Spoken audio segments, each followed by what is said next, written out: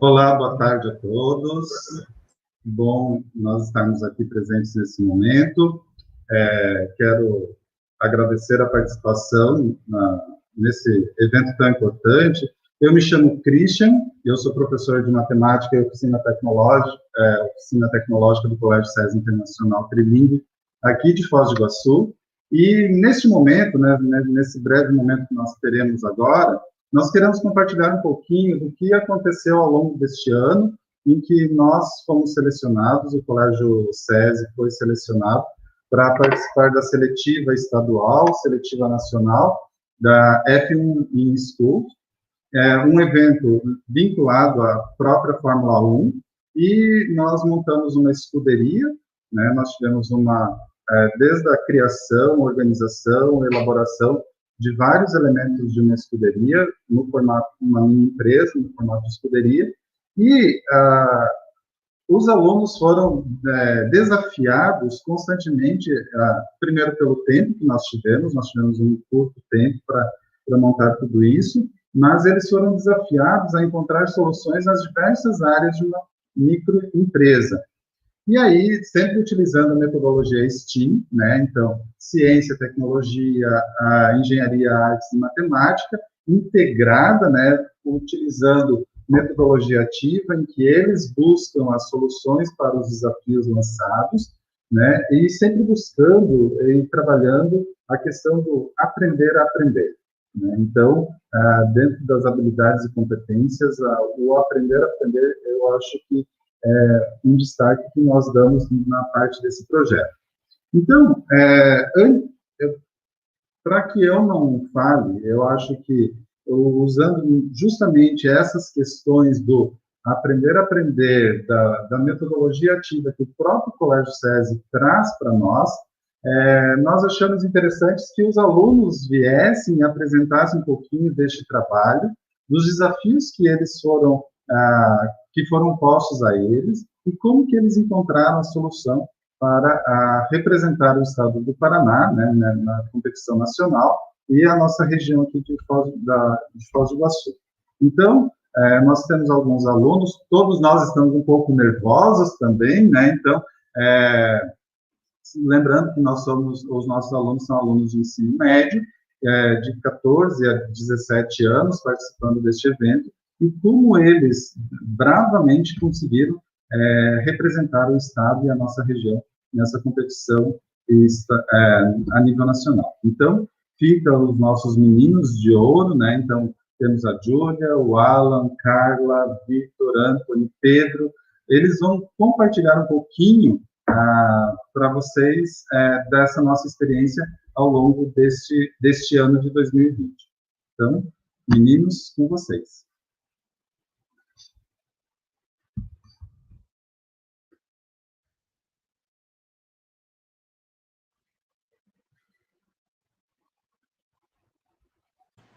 Olá a todos! Desculpa as questões técnicas, não foi de problema. Bom, vamos compartilhar aqui a nossa apresentação com vocês, para a gente conseguir dar continuidade. Então tá. Boa tarde a todos, meu nome é Júlia, eu tenho 15 anos e eu sou a diretora-geral da equipe Tachyon. Bom, hoje nós vamos... Não tem embora a apresentação. Pronto.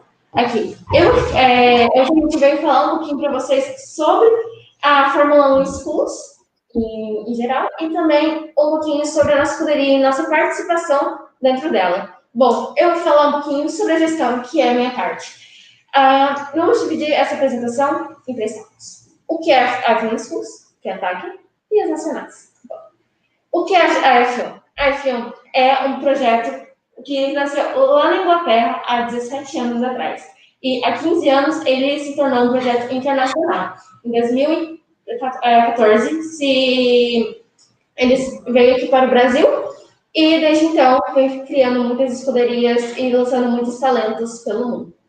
Bom, nossa equipe, a gente participou e a F1 Schools, ela nos desenvolve capacidades socioemocionais e que serão muito utilizadas no futuro, no nosso mercado de trabalho, e ela realmente nos prepara para o que vai acontecer. Muitos pais, e nós mesmos percebemos o quanto que ela é benéfica para o nosso crescimento pessoal e como que não muda. É um crescimento porque nós aprendemos muitas coisas que nós só veríamos no mercado de trabalho assim, já estamos preparados muitos anos, muito antes.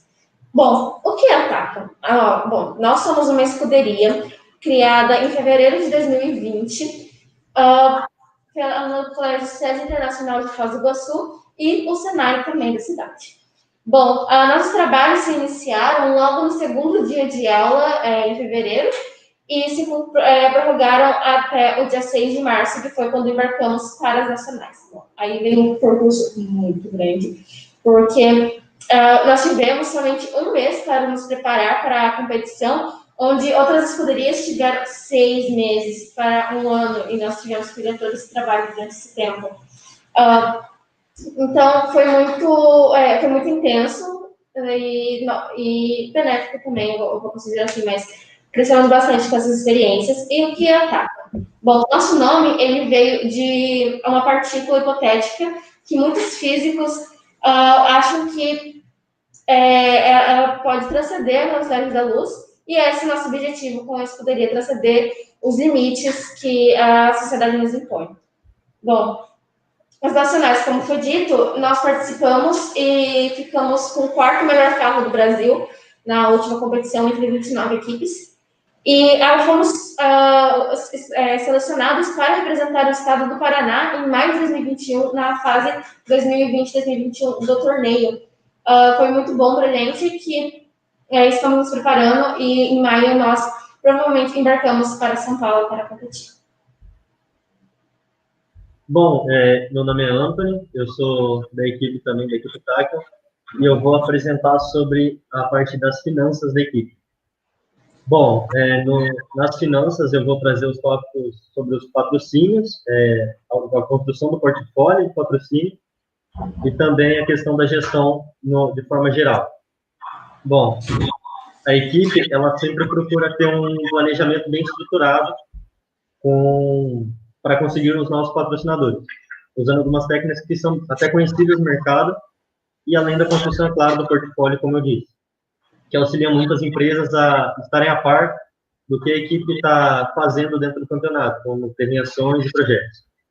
Algumas das técnicas são as seguintes: a gente procura empresas com sinergia com o campeonato e com o projeto. E isso facilita muito para que as empresas tenham melhor comunicação com a equipe, né? Alguns exemplos são as escolas, concessionárias, e na questão do projeto pode variar bastante. A gente tem que ter conhecimento das marcas, dos possíveis patrocinadores. A gente tem que saber o que eles fazem o que a empresa deles faz no mercado e como elas agem dentro do mercado, para ter uma boa comunicação entre a equipe e a empresa. A gente tem a elaboração de apresentações do portfólio, como foi dito antes. E basicamente ele serve para a gente ter uma abordagem mais profissional com a empresa. E para apresentar a equipe, o campeonato, e, né, enfim, vários tópicos ali dentro do portfólio que a gente vai colocando sobre a equipe. E claro, por último, mostrar de forma clara o que a equipe pode oferecer ao patrocinador, né, que seria tudo que a gente pode oferecer, como, por exemplo, divulgação em rede social, nome na uniforme, carrinho, que é o para o campeonato. Outra questão é a gestão financeira de forma geral, que o setor financeiro ele é muito importante para a equipe, para que a gente não tenha problemas com gastos e receitas. A gente usa uma plataforma chamada Seedlight, que facilita bastante, ele deixa essa contabilização da equipe bem mais prática e mais eficiente durante o campeonato. E a gestão financeira, como eu disse, é uma das partes mais importantes da equipe, para que a gente não tenha gastos e dívidas desnecessárias ao decorrer do campeonato.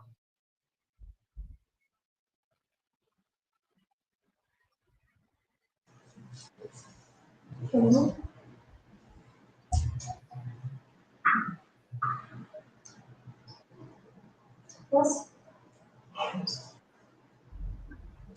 é Alan, Juliano, eu sou diretor de engenharia e vou explicar algumas coisas sobre a demanda do projeto em relação à engenharia.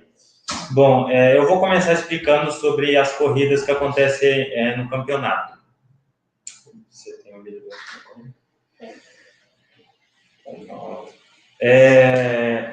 Então, como vocês podem ver na tela, a estrutura é uma pista de 20 metros, onde tem a largada, e os carros eles fazem essa pista em torno de, em média, 1 segundo, chegando a 80 ou 90 km por hora a velocidade do carrinho. E para o disparo é necessário um cartucho de 8 gramas de CO2 comprimido, que quando você dispara o carrinho, ele chega a uma velocidade absurda em tempos absurdos. Como a gente pode ver aqui no vídeo. Eu não sei se...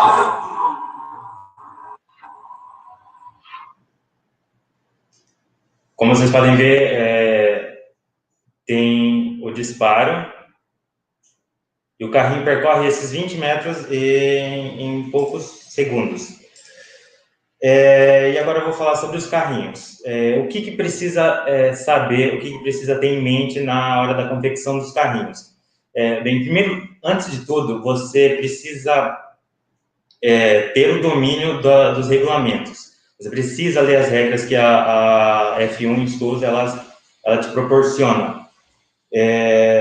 Então, antes mesmo de começar a modelar, antes de tudo, você precisa ter esse domínio, né, das regras. E depois das leituras das regras, depois da compreensão do regulamento, você começa a parte dos estudos, que é tanto a parte dos estudos de programas de modelagem 3D, que é o CAD, quanto estudos sobre aerodinâmica. O carrinho se porta em situações extremas, como vocês viram ali na corrida, que são tempos e velocidades absurdas. E depois que você tiver esses estudos pré-estabelecidos, você começa a modelar o seu carro na ferramenta de CAD, que nós da equipe Tachyon utilizamos a ferramenta Fusion 360, que é uma ferramenta de CAD, uma ferramenta de CFD, que são os testes computacionais.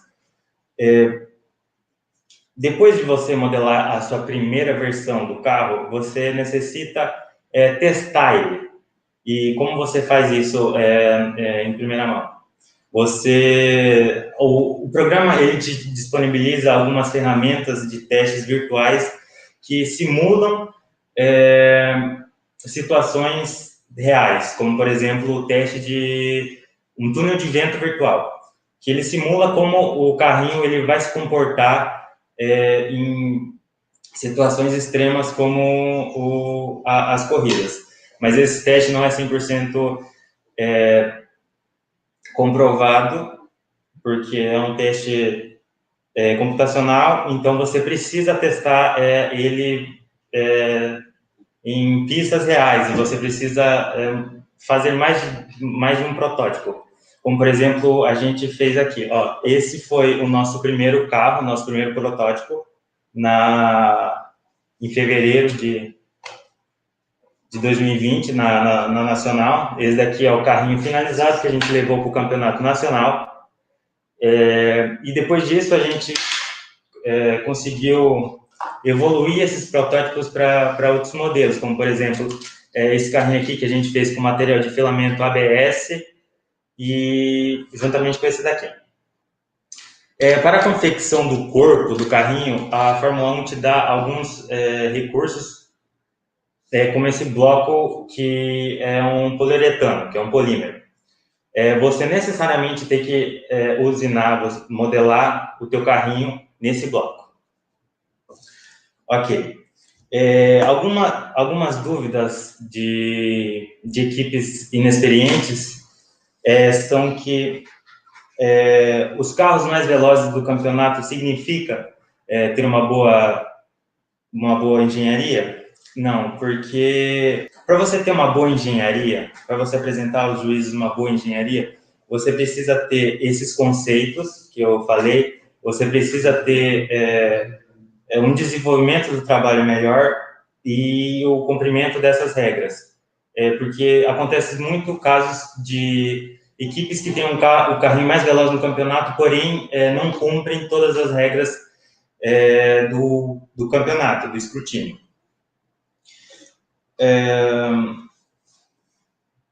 E as próprias regras da F1 já impede ter esse desempenho muito alto de carrinhos por questões de segurança.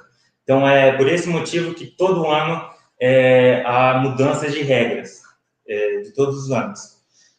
Um exemplo disso é que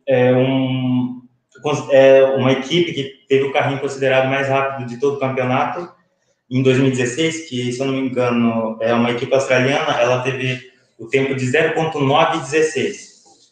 Porém, naquela época, eles usavam um chamado thrusters, que são silenciadores do cartucho de CO2, que não é usado mais agora. E esse thrusters, ele fazia com que o CO2 se comprimisse mais, causando mais velocidade. Isso não irá acontecer porque as regras foram evoluindo com o passar do tempo.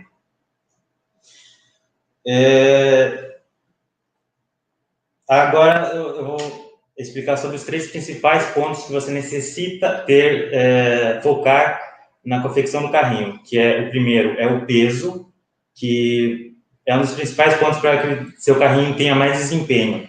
Segundo um estudo feito pela Horizon, que foi um time australiano vencedor do Mundial de 2018, eles conseguiram calcular que a cada 1 grama adicionada ao seu carrinho, adicionado 0,01 milésimo de segundo no seu tempo de corrida. Então, você tem que focar na massa do teu carrinho. É uma coisa que a gente meio que falhou no campeonato nacional, que o nosso carrinho teve 59 gramas e o máximo é 50 gramas. Então, para um campeonato nacional, isso é muito pesado. A segunda parte é o estudo da aerodinâmica, do comportamento, da geometria do seu carrinho, e o terceiro é o acabamento. Além de deixar, claro, o teu carrinho bonito, o acabamento ele interfere muito no desempenho ao longo da corrida. E, claro, você sempre tem que fazer testes reais, em pistas, e assim evoluindo o carrinho. Esse é algum teste que a gente fez, improvisado.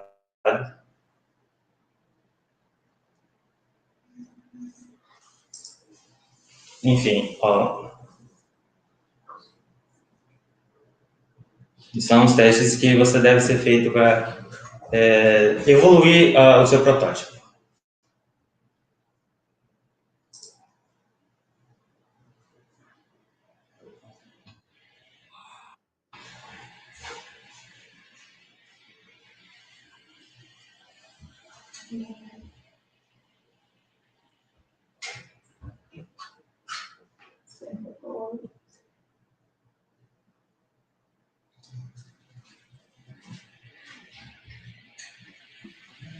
Olá, meu nome é Vitor. Boa tarde a todos. Eu vou dizer sobre o design, que é o setor em que eu atuo. O design é uma parte muito importante da construção da equipe e do marketing. Nós, no setor do design, utilizamos vários métodos de design gráfico e métodos de marketing digital para poder melhorar a atenção dada às imagens e gerar mais conversão com elas. Eu separei em vários tópicos que eu vou estar dizendo para vocês sobre o que a gente faz no design. Primeiro, o que é conversão, que eu vou explicar o que isso gera. O que é encapsulamento, por que a gente utiliza as cores, que a gente utiliza na identidade visual. Também vou trabalhar dizendo sobre a zona de respiro, a tipografia que nós utilizamos, e é isso. Primeiro, eu vou estar dizendo o que é conversão. Conversão é basicamente você realizar alguma coisa em alguma imagem para poder fazer a pessoa realizar alguma ação. Nós utilizamos muito isso em imagens postadas nas redes sociais, para poder fazer a pessoa curtir o post, seguir o nosso Instagram, compartilhar com outras pessoas. Isso é conversão, fazer a pessoa realizar algum tipo de ação. O que é encapsulamento? Encapsulamento são elementos utilizados nas imagens, como imagens pequenas, pequenas de foco, sombras postas nos fundos, que são utilizados para fazer destaque no meio da imagem, na imagem principal. Nós utilizamos bastante a vinheta, que são as sombras ao lado, para poder dar uma qualidade grande no meio da imagem. Também vou dizer por que nós utilizamos essas cores. Atualmente nós utilizamos o azul, o cinza e o branco. O azul e o cinza, principalmente, para que eles remetem a profissionalismo, a confiabilidade, algo tranquilo, algo que gera segurança. E o branco para poder dar destaque no resto da imagem. A zona de respiro é utilizada para poder... São espaços em branco, assim vamos dizer, que é utilizada para descansar os olhos das pessoas. Muitas pessoas acham que é um espaço perdido, mas é algo para poder deixar a imagem mais agradável. A tipografia também é algo muito importante, que muitos esquecem, que é por conta que muitas pessoas utilizam fontes muito complexas e assim dificultam o entendimento da imagem. E a utilização de imagens, a gente escolhe imagens que remetem bem ao título utilizado no conteúdo e imagens que não possuem direitos comerciais, para poder não gerar maiores problemas.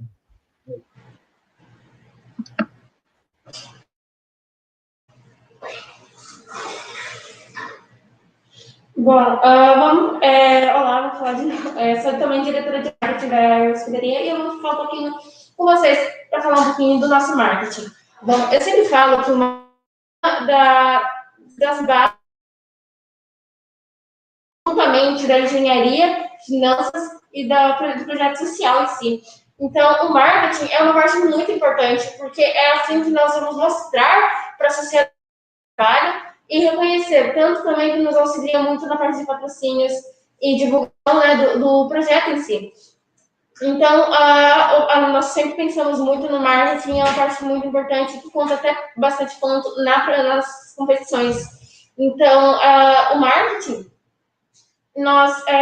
além do marketing web, né, que seria através das mídias, nós utilizamos também técnicas antigas, técnicas que sempre funcionaram, e nós sempre pensamos em ligar muito o conteúdo, não só a F1 Schools, mas sim abranger toda a Fórmula 1 em si, que o mundo automobilístico é muito grande, muito fantástico e impressiona muitas pessoas. Então, isso foi um jeito que nós achamos para crescer nosso trabalho em si e nos aproximar mais desse projeto, que é através da Fórmula 1 no todo. Bom, agora vamos falar um pouquinho sobre o projeto social. Bom, olá, eu sou a Carla, eu sou a líder do projeto social da Tátil. Então, basicamente, nós chamamos de projeto social aqueles trabalhos desenvolvidos sem fins lucrativos e que buscam o desenvolvimento social, econômico ou cultural de uma dada comunidade. Aqui no Brasil, a F1 optou pela obrigatoriedade do projeto social, ou seja, todas as equipes precisam criar ou participar de um ou mais projetos sociais, e isso para trazer para nós alunos o conceito de cidadania, certo? Então, no projeto social, uma parte que eu acho muito importante é o planejamento dele, já que é ele, o planejamento, que vai diferir um projeto social de uma ação social. Mas como assim? O projeto social, ele é algo muito mais abrangente. Então, ele pega desde você identificar o problema da sociedade, de determinada parte da sociedade, até você realizar e ver como foram os resultados desse projeto. Já a ação social, é algo muito mais, é uma intervenção pontual. Ou seja, é uma arrecadação de roupas, ou comida, ou uma recuperação de locais públicos. Então, nós alunos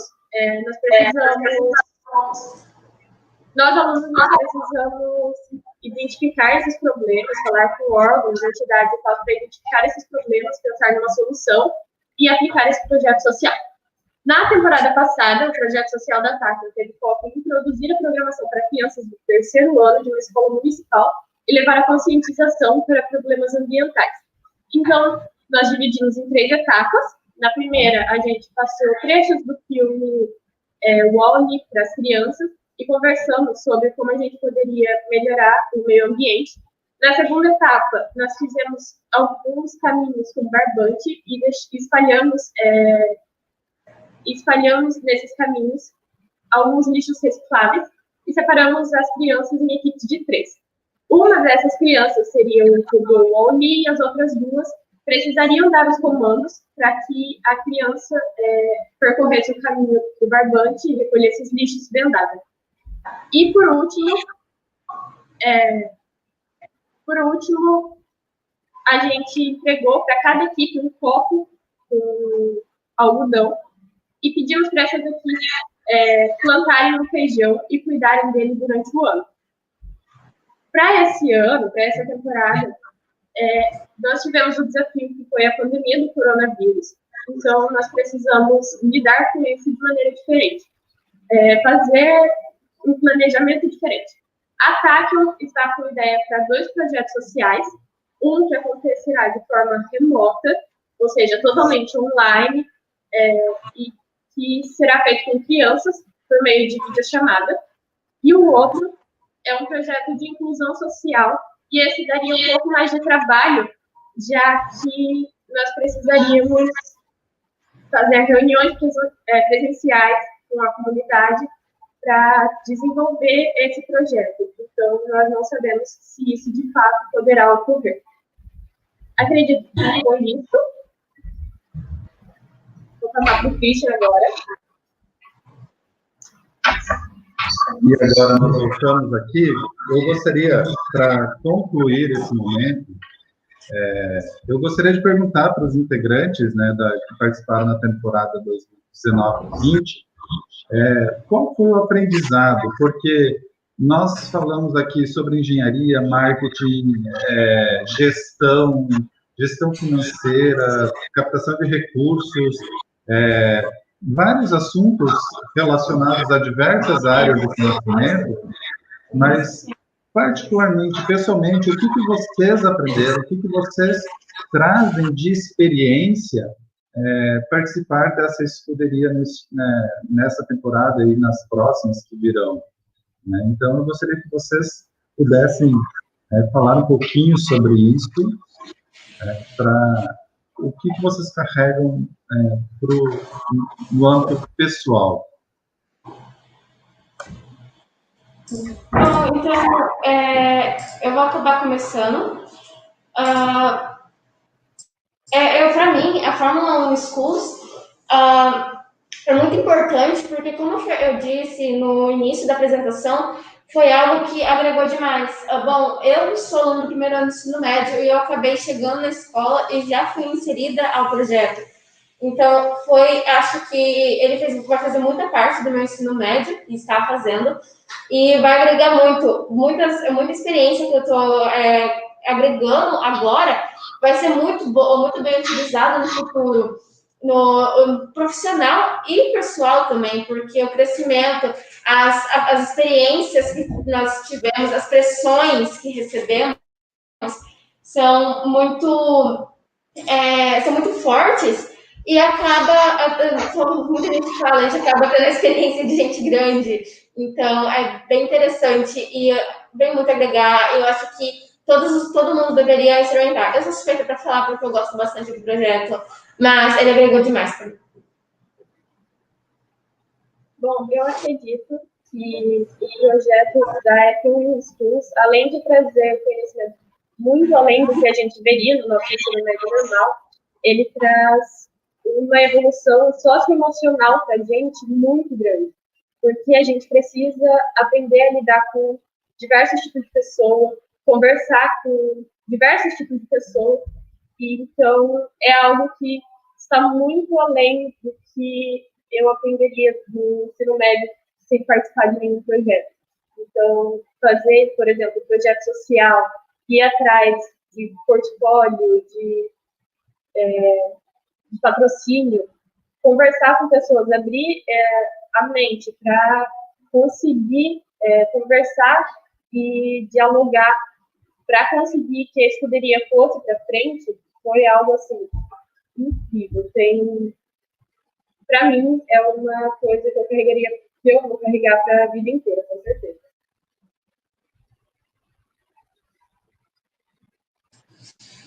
Bom, e por último,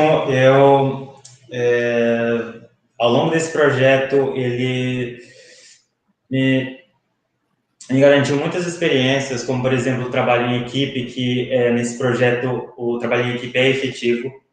Ou você trabalha em equipe, ou você não trabalha, então você tem que aprender a lidar com as pessoas, você tem que lidar com as diferenças de ideias,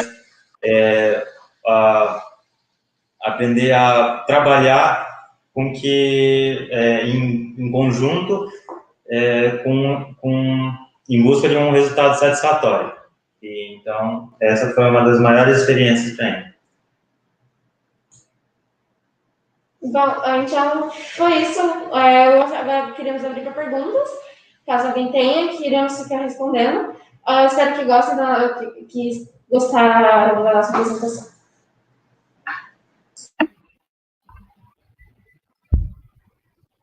Isso. Então, também concluindo, eu enfatizo o quanto esses alunos eles aprenderam sendo desafiados. Muitas vezes, e aí eu falo agora como professor, muitas vezes nós fechamos o conteúdo e aí as coisas acabam ficando muito abstratas para os alunos. Falando de alguns conceitos de física, de matemática, de qualquer área do conhecimento, se nós desafiarmos esses alunos a partir desses projetos, eles aprenderão esses conceitos naturalmente. Se perguntar para qualquer integrante hoje da equipe Tachyon, eles sabem falar sobre atrito, eles sabem falar sobre mecânica de fluidos, eles sabem falar por que se utiliza o nylon para a roda e não o alumínio, eles sabem falar sobre densidade de matéria. Então, são vários conceitos que são aprendidos no ensino médio, mas eles aprendem na prática, vivenciando, sendo desafiados a entender esses conceitos e aplicá-los no dia a dia deles. Então, eu acho que essa é a revolução no processo de aprendizado, e é isso que faz a diferença para esses meninos. Eu agradeço a participação de todos, né? Obrigado, meninos, né, pela participação, pelo empenho de vocês para estar aqui nesse momento. Eu agradeço ao Latinoé e a todos aqueles que nos assistiram também, muito obrigado. Desejo a vocês um grande abraço e nos encontramos